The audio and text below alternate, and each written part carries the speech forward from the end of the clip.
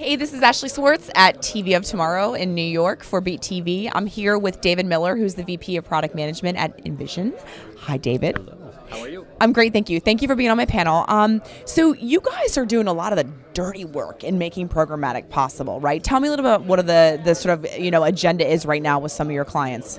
We're looking at what can we do today. So all of these programmatic platforms that we've been hearing so much in the media, they need to get their linear spots on the logs. So we are looking for ways to do that electronically so that the sales organizations don't have to rekey these orders that come in from the programmatic platforms.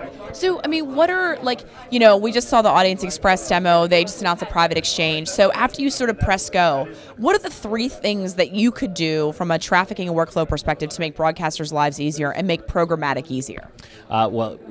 Streamline the workflow. So their staffs are being cut. And as much as we can do to alleviate those problems, also to allow all of these platforms to follow the same approval workflows so that anything being sold through a direct sales channel would have the same evaluation criteria as the programmatic channels to make sure that they're making more money. Right. And from the television perspective, I mean, it sounds to me a lot like this is not about taking digital infrastructure and applying it to television. It's really about making re-envisioning and transforming the television infrastructure. Is that a fair statement? I think so. I think ultimately buying television has always been about buying audiences, but the measurement hasn't been there. And so with the new measurement techniques and different data sets that can be incorporated, I think TV can be held accountable in the same way that digital has been. And then ultimately combining that with purchase data to really show how effective television can be. And what do you think sort of on the legacy television infrastructure side of the business, from your perspective, what's going to drive the greatest ROI for distributors and broadcasters in the next 12 months from an investment perspective?